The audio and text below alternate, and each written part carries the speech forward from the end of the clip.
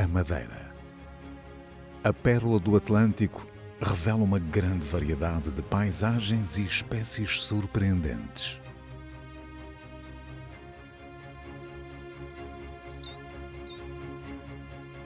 Na densa vegetação do norte da ilha, segredos de uma floresta ancestral são revelados.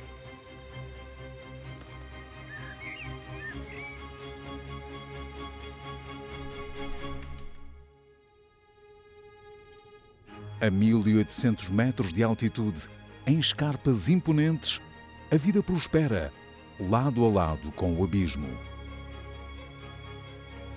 Nas ilhas desertas, uma aparente aridez esconde o último refúgio da única foca de Portugal. E nas selvagens, dezenas de milhares de aves encontram abrigo no meio do Atlântico. Vamos embarcar numa viagem pela história natural da Madeira.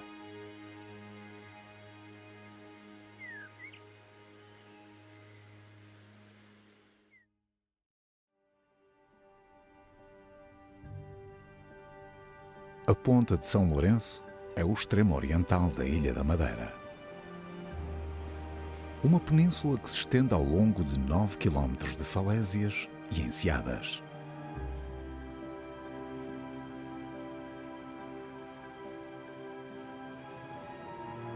Este é um território único na Madeira, com uma geomorfologia distinta do resto da ilha.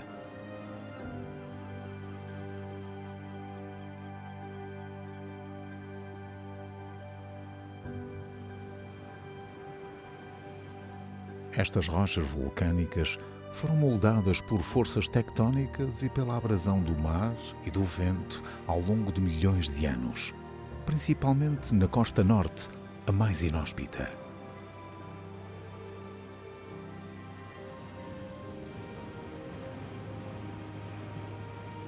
A aridez e os ventos fortes dominantes só permitem que cresça uma vegetação rasteira de herbáceas e arbustos que cobre o conjunto de falésias como um autêntico tapete.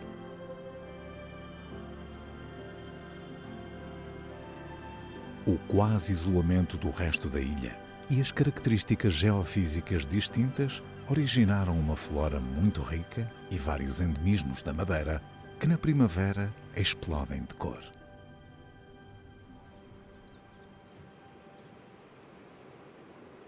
A Perpétua de São Lourenço só existe aqui. É exclusiva desta península.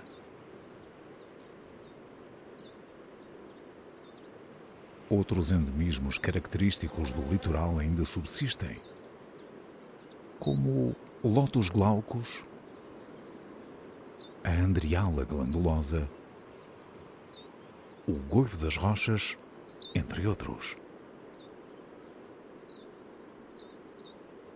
O emblemático maçaroco pontua a paisagem em tons de azul e roxo.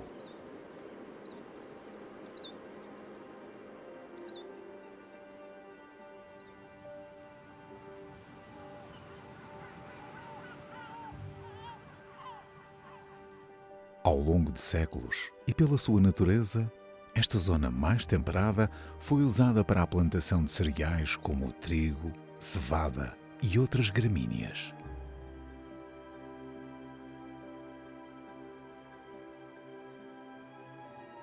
O corre-caminhos marca o seu território entoando o seu canto estridente.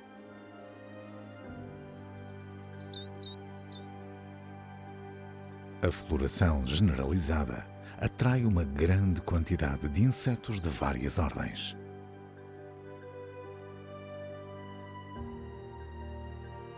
As borboletas procuram as flores mais atraentes.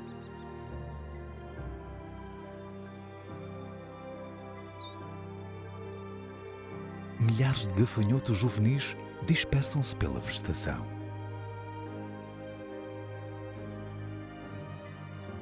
E a grande quantidade de presas atrai os predadores.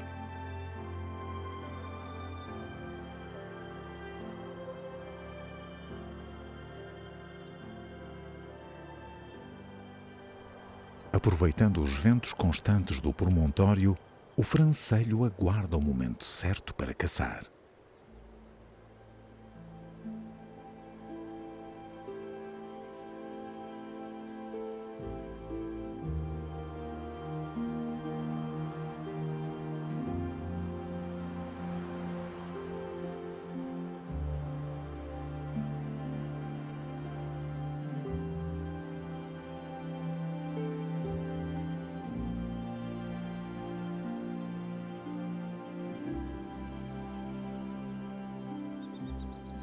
São muito rápidos a detectar os movimentos das presas.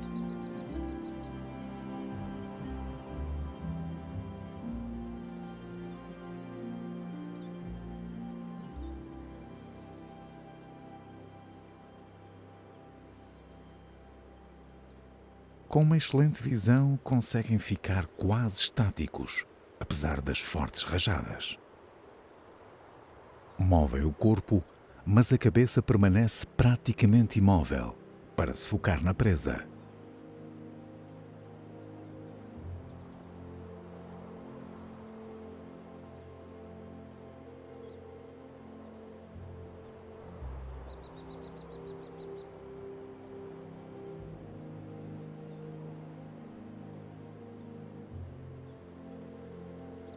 A grande disponibilidade de gafanhotos é uma boa fonte de energia.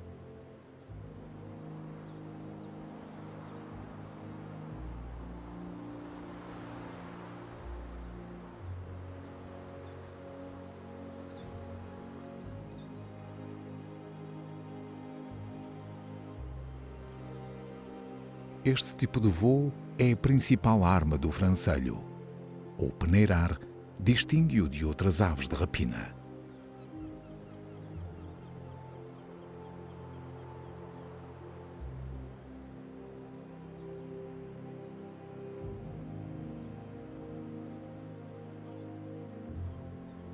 Esta é uma subespécie insular do peneireiro comum, existente no continente europeu, que aqui evoluiu isolada dos seus parentes.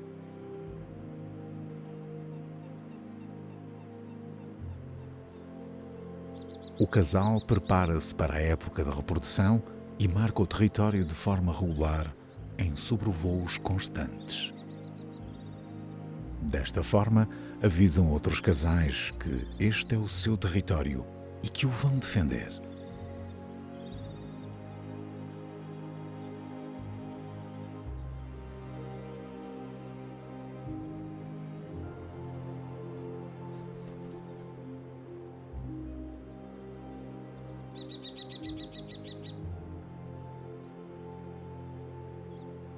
Mas o perigo para os gafanhotos não vem só do ar. A densa vegetação está repleta de armadilhas, colocadas por um ardil predador.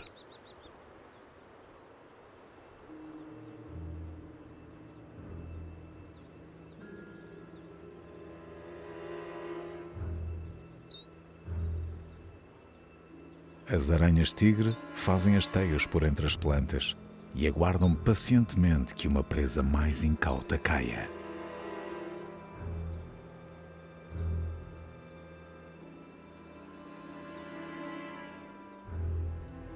A grande quantidade de gafanhotos é uma oportunidade extra por estes dias.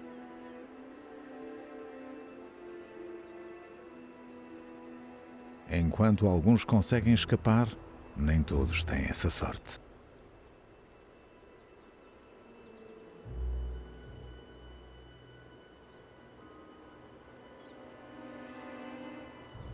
A aranha começa a enrolar a presa com teia antes de injetar o veneno. Desta forma, evita um gasto de energia desnecessário.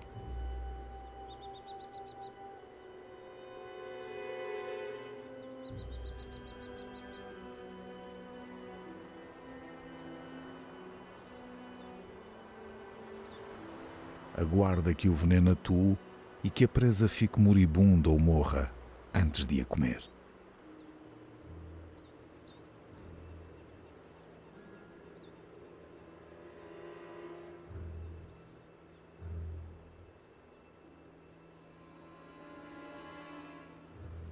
A aranha-tigre guarda a carcaça de perto.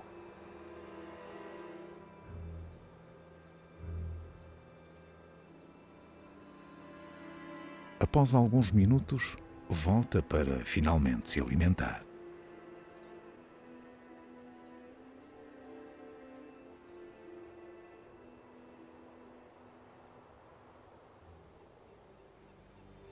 A Ponta de São Lourenço é um dos locais turísticos mais importantes da Madeira.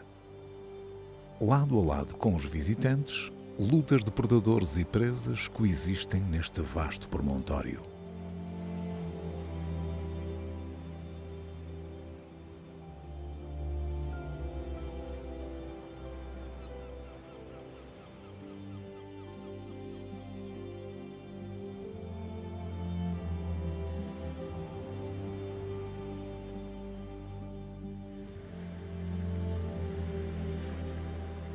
Na vertente norte, no interior da ilha, um tesouro imenso cobre os montes e vales profundos.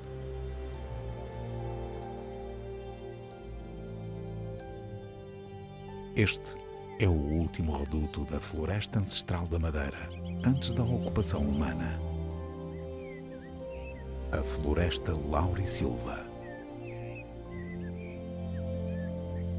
Composta por árvores da família das lauráceas, das quais se destaca o loureiro, o tilo, o vinhático e o barbusano.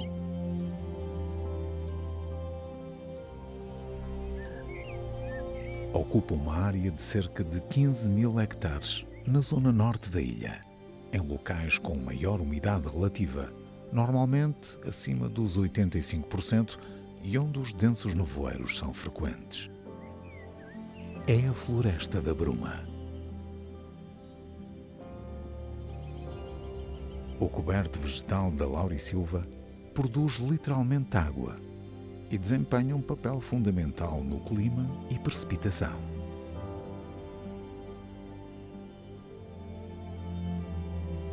As árvores e outras plantas de menor porte captam as gotículas dos nevoeiros, que depois caem em forma de chuva. E quando chove, a densa vegetação atua como retardante da chegada de água ao solo, ajudando na infiltração.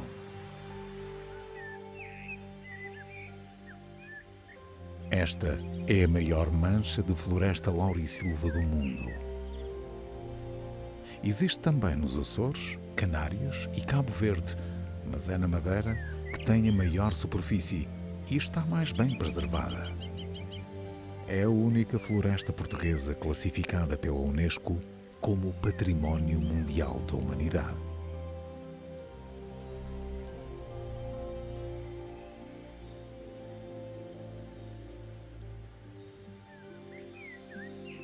A Floresta Laurisilva é atravessada por muitos cursos de água de grande e pequena dimensão. Algumas ribeiras são capazes de escoar um enorme caudal quando as chuvas são torrenciais.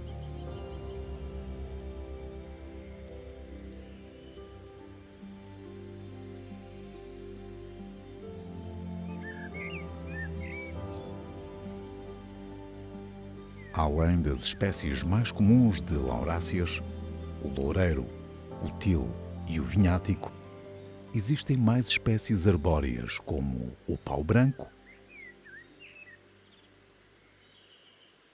o folhado,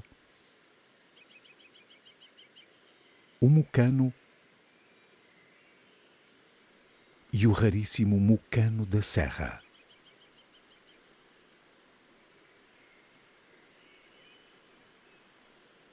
A laurisilva acolhe também uma grande variedade de fetos.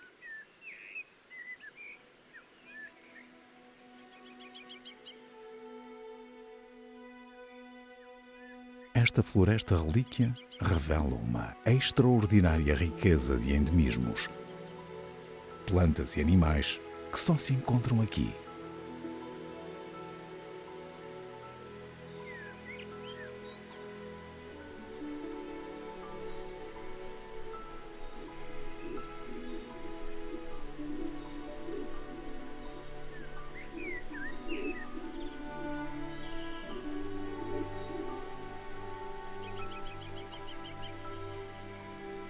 na densa vegetação, um habitante curioso anda irrequieto.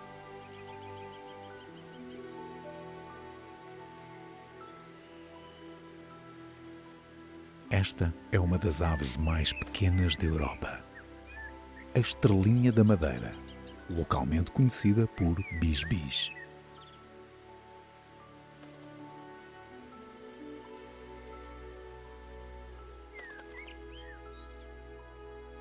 Esta pequena ave insetívora percorre a floresta assinalando a sua presença com um canto agudo característico.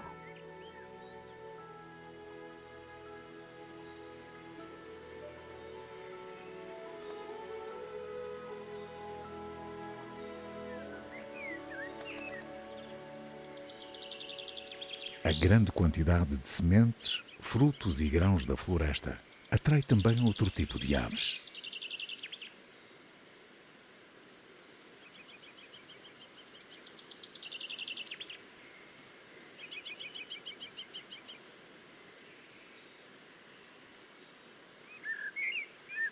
O tentilhão da Madeira desce frequentemente até ao solo em busca de sementes, plantas e pequenos insetos.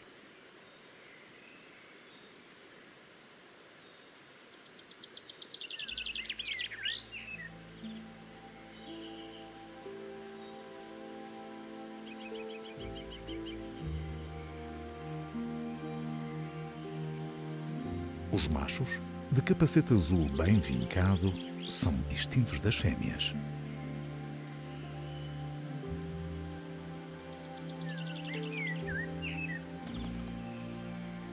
Esta fêmea, de plumagem menos exuberante, anda atarefada à procura de material para o ninho, que está a construir por perto.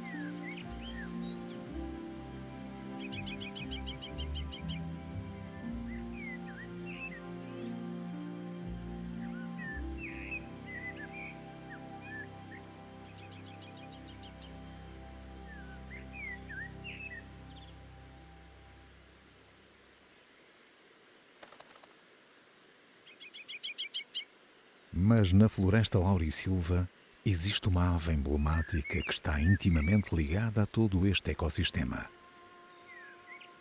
É o seu semeador.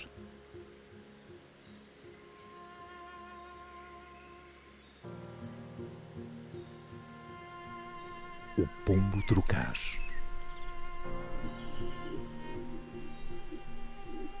Esta é mais uma ave endémica da Madeira, diferente do pombo-turcaz do continente. A plumagem é mais escura e tem mais penas brancas na parte de trás do pescoço.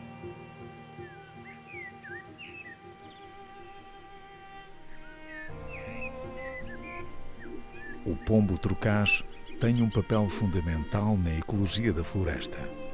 É conhecido pelo semeador da Laurisilva.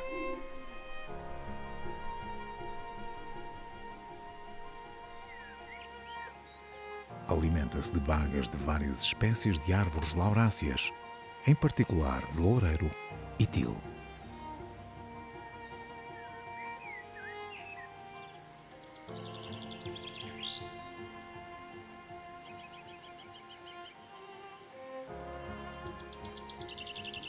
Foi comprovado cientificamente que após ingerir as bagas e frutos inteiros, a maioria permanece com capacidade germinativa, mesmo após passarem pelo trato digestivo da ave.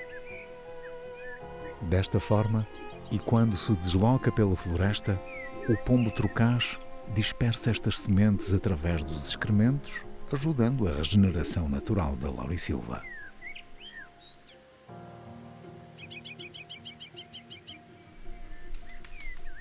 Uma adaptação notável que relaciona esta ave e muitas plantas da floresta de forma interdependente.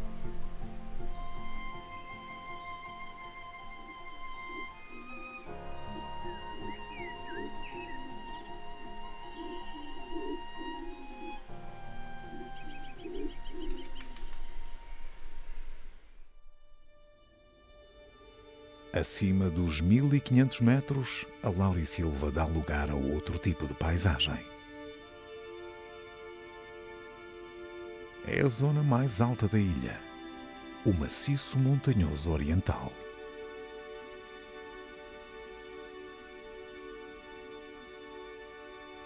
A Ilha da Madeira emergiu há 7 milhões de anos, a partir de materiais vulcânicos do fundo do Oceano Atlântico.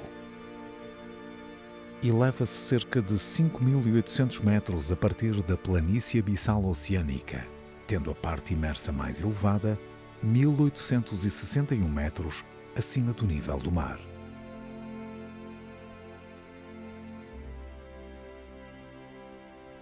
Neste maciço montanhoso, encontramos vários picos acima dos 1.800 metros, com destaque para o Pico do Arieiro, o Pico das Torres e o ponto mais alto da ilha, o Pico Ruivo, com 1.861 metros.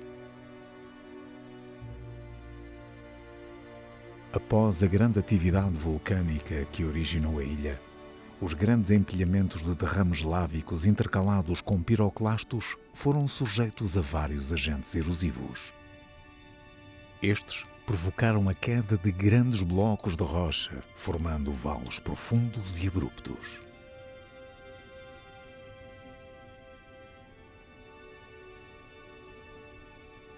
Uma paisagem com marcos geológicos impressionantes. Esta orografia íngreme e a altitude, em conjunto com o clima, deu origem a habitats de montanha únicos na ilha, com invernos muito frios onde por vezes neva.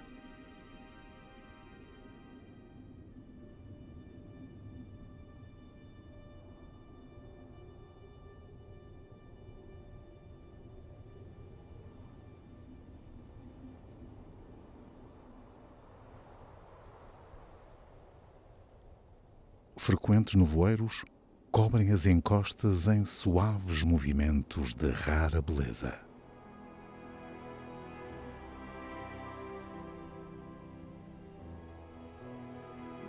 Na primavera, as escarpas enchem-se de cor, com plantas especialmente adaptadas às grandes variações térmicas aqui presentes. A flora é muito diversa, com mais de 50 endemismos da Madeira, espécies que só existem nesta ilha. Cerca de 30 plantas de altitude são exclusivas do maciço montanhoso, como a Cynepidendron frutescens, a Armeria madeirensis,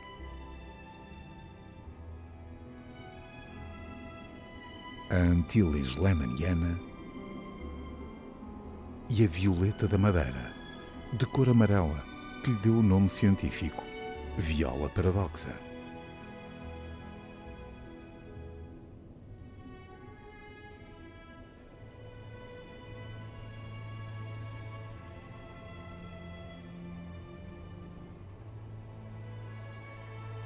A lagartixa da Madeira é a única espécie de lagarto presente em toda a ilha e também se adaptou a este cenário inóspito de montanha. Aproveitando as temperaturas amenas da primavera, saem dos esconderijos para aquecer.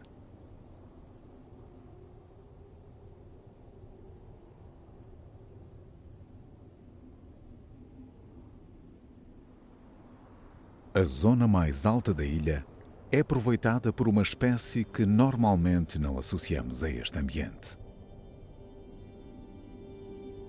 As muitas cavidades e algum solo mais mole são abrigo importante para uma ave marinha muito especial, também endémica da Madeira.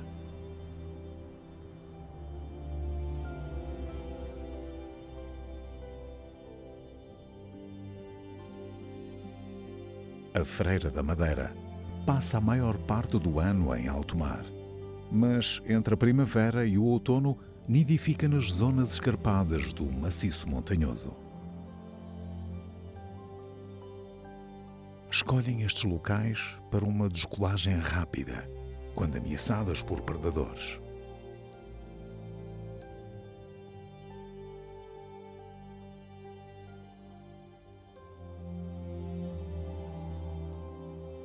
Este adulto cuida do seu único ovo até o parceiro voltar com alimento. Fazem longas viagens no oceano que podem durar até 10 dias.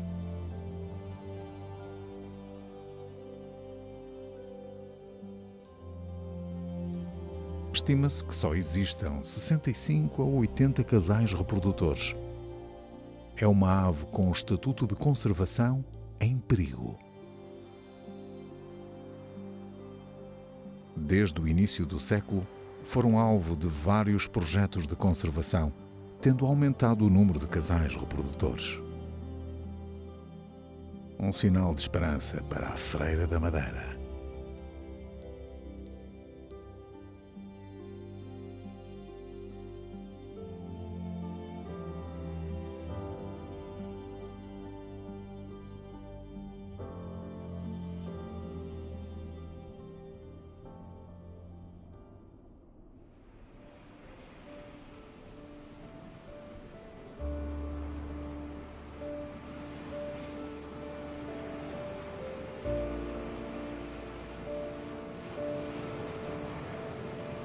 No alinhamento da Ponta de São Lourenço, a cerca de 22 km da costa, situa-se um pequeno arquipélago composto por 3 ilhas.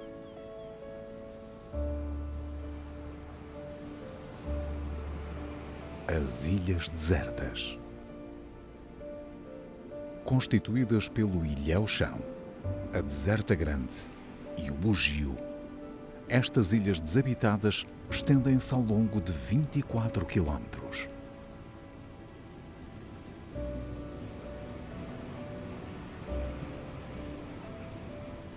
O Ilhéu-Chão é o mais próximo da Madeira.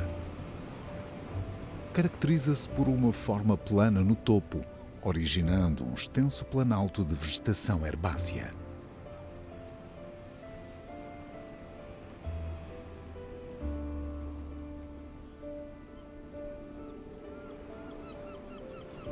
As formas geológicas da Deserta Grande impressionam, com espessas camadas de piroclastos consolidados e escoadas lávicas. Com a ausência de vegetação, estas ilhas sofreram uma intensa erosão. Neste processo, grandes derrocadas deram origem a várias fajás.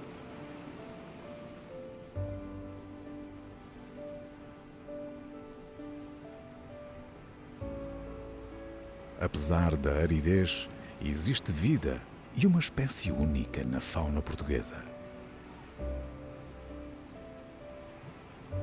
No extremo norte da Deserta Grande, num vale em particular, vive a maior aranha europeia.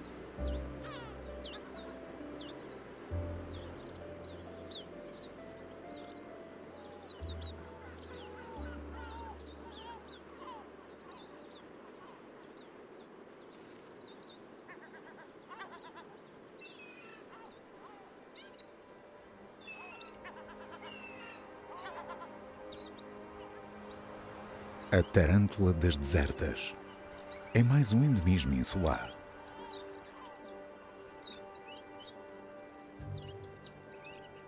Pertence à família das aranhas-lobo do continente, mas tem um tamanho muito superior. Os machos podem atingir os 12 centímetros de comprimento na amplitude das patas. Terá evoluído até à forma atual pela ausência de predadores.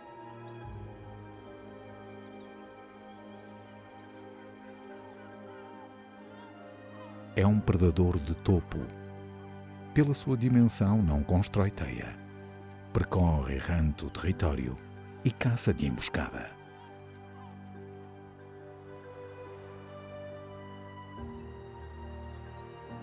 Por esta altura do ano, as fêmeas estão mais discretas nos seus esconderijos.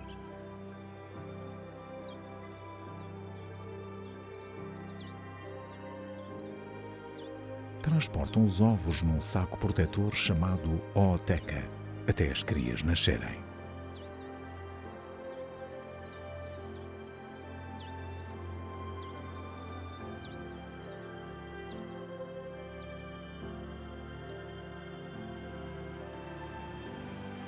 centenas de metros mais abaixo, entramos no domínio marinho, com habitats de extrema importância.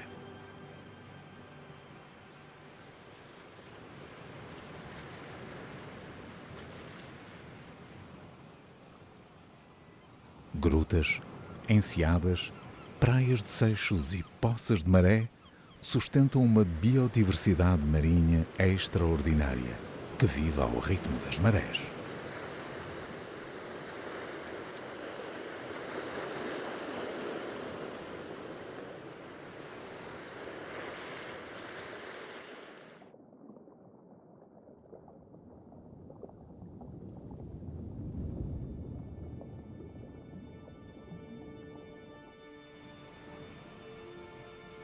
Esta costa rochosa é também o refúgio da única foca que ocorre em território português. Uma espécie emblemática que patrulha estes mares entre as desertas e a Madeira.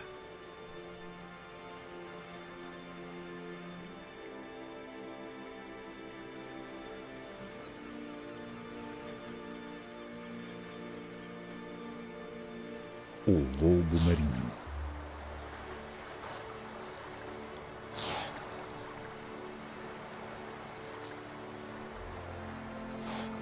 Também conhecido por foca monge do Mediterrâneo, esta é a foca mais rara do mundo.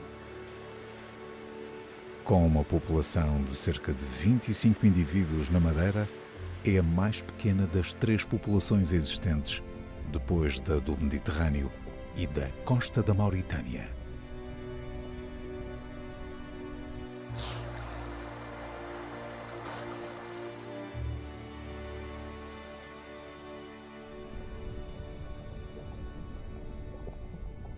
Nos anos 80, a população chegou a ter 8 indivíduos. Desde então, foi protegida e os seus números têm aumentado lentamente nas últimas décadas.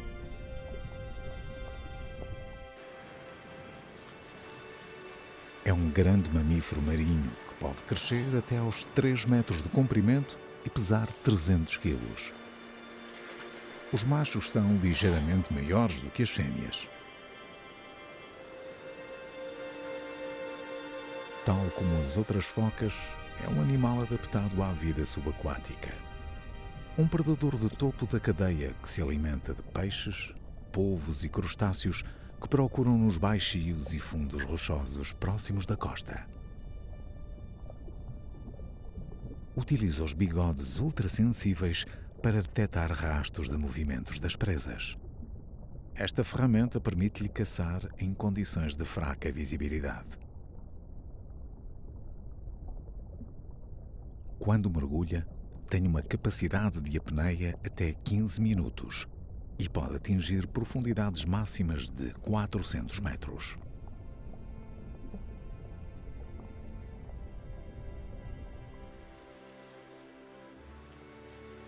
É nas ilhas desertas que encontram o seu último reduto e abrigo, longe da perturbação humana. Mas, por vezes, deslocam-se até à Madeira e Porto Santo, onde tinham uma população antes da colonização humana, há 600 anos.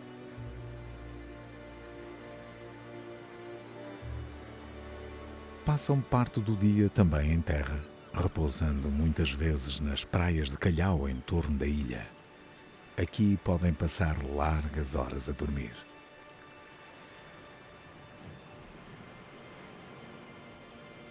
O lobo marinho é uma espécie emblemática não só das ilhas desertas, mas de toda a Madeira, e está representada no brasão de armas da região autónoma.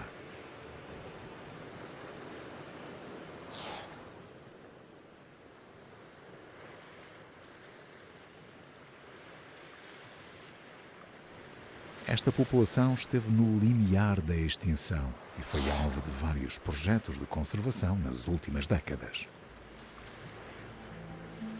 As pressões e ameaças são várias: a pesca, degradação do habitat e pouca disponibilidade de alimento. As crias têm uma baixa taxa de sobrevivência e poucas atingem a idade adulta. O futuro da espécie é incerto, mas ainda há esperança para o lobo marinho.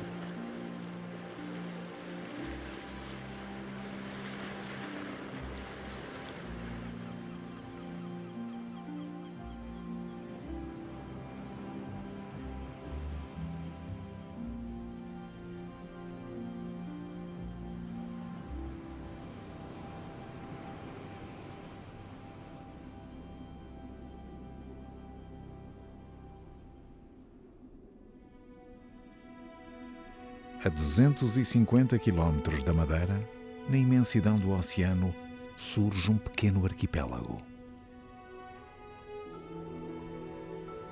Esta é a extremidade mais a sul do território português, as Ilhas Selvagens.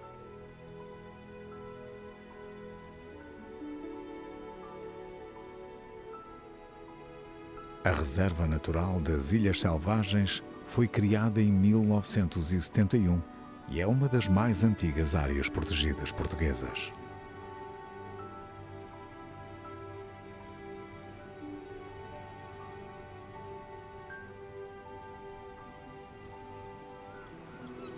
A Selvagem Grande, com 245 hectares, é bordejada por imponentes falésias e atinge os 100 metros de altitude média num extenso planalto.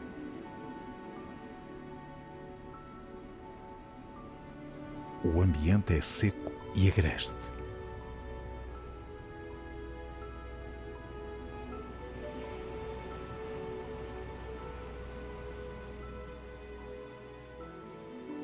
Na vertente norte da ilha, denunciado por uma tonalidade branca, revela-se o chão dos caramujos. O substrato capta de imediato a atenção. Um olhar mais aproximado revela uma impressionante acumulação de milhares de conchas subfósseis de caracóis.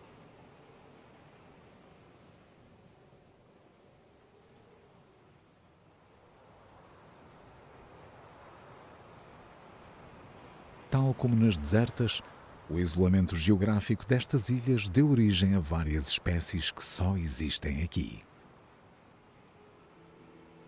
O caracol da espécie Theba macandreoiana é a única espécie de gastrópode não marinho conhecida no arquipélago. Prefere os solos rochosos, onde se abriga em estado de dormência nos longos períodos de seca.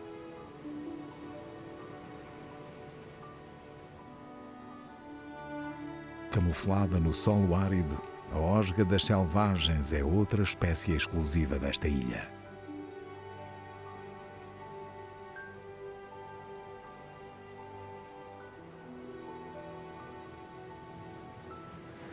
A orografia da ilha revela na sua textura testemunhos de um passado geológico com um vulcanismo intenso, que foi sofrendo várias alterações ao longo dos tempos.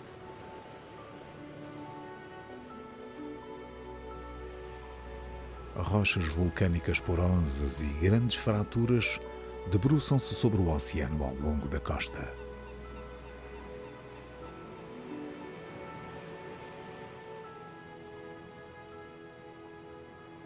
Estas estruturas geológicas foram bem aproveitadas por várias espécies. As incontáveis cavidades na rocha são nichos muito importantes para o estabelecimento de comunidades de aves marinhas.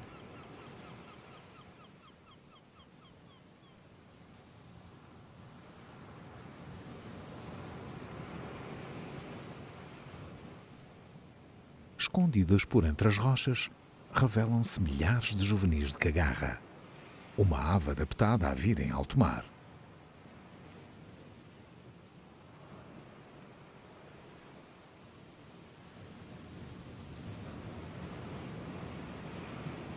Cada recanto tem o seu dono e os melhores locais estão todos ocupados.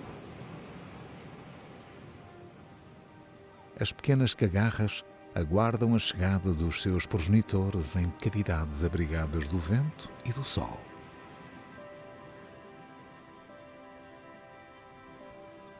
Durante o dia, a atividade na ilha está serena e apenas o som da rebentação ecoa pelas encostas.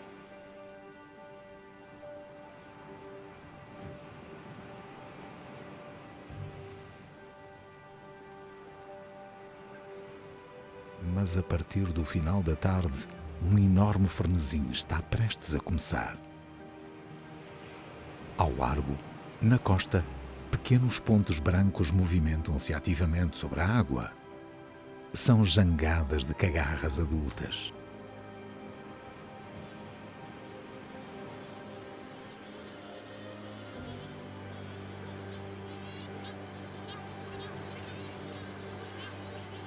Mas é quando o sol começa a descer no horizonte que a concentração de aves aumenta e progressivamente começam a formar-se bandos em turbilhão.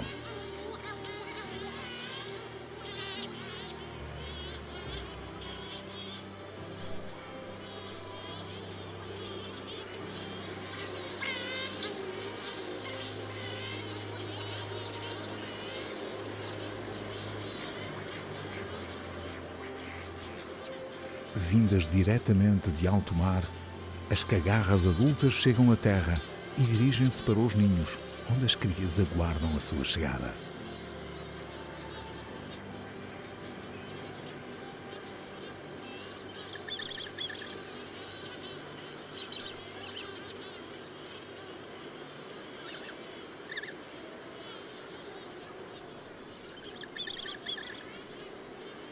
As crias veem o alvoroço e ficam mais ativas e irrequietas.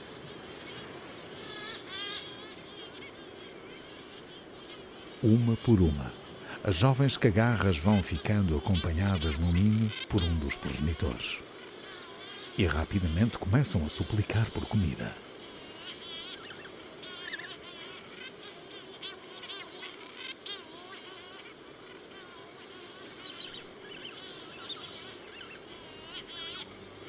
O progenitor regurgita o que capturou no mar ao longo do dia, muitas vezes a centenas de quilómetros de distância do ninho. A alimentação das cagarras é composta por pequenos peixes pelágicos, sardinhas, cavalas e carapaus e, por vezes, cefalópodes ou crustáceos.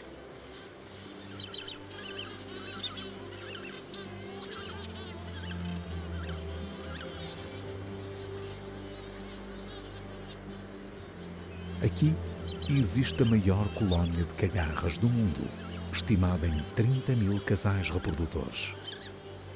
Mas nem sempre foi assim. Quando as ilhas eram privadas e alugadas a armadores, eram organizadas campanhas onde os ninhos eram pilhados.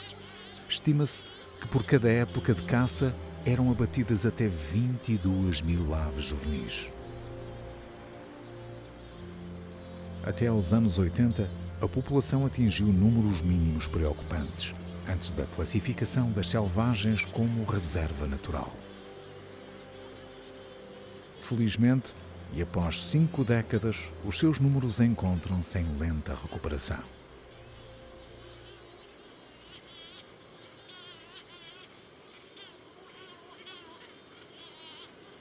Dentro de poucas semanas, as jovens cagarras vão desenvolver a plumagem de adulto e avançar sobre a imensidão do oceano. Irão forragear no Atlântico e percorrer milhares de quilómetros em longas viagens transoceânicas. Um dia vão regressar anualmente às Ilhas Selvagens, onde serão fiéis ao mesmo ninho e ao mesmo parceiro. E o ciclo completa-se na Ilha das Cagarras.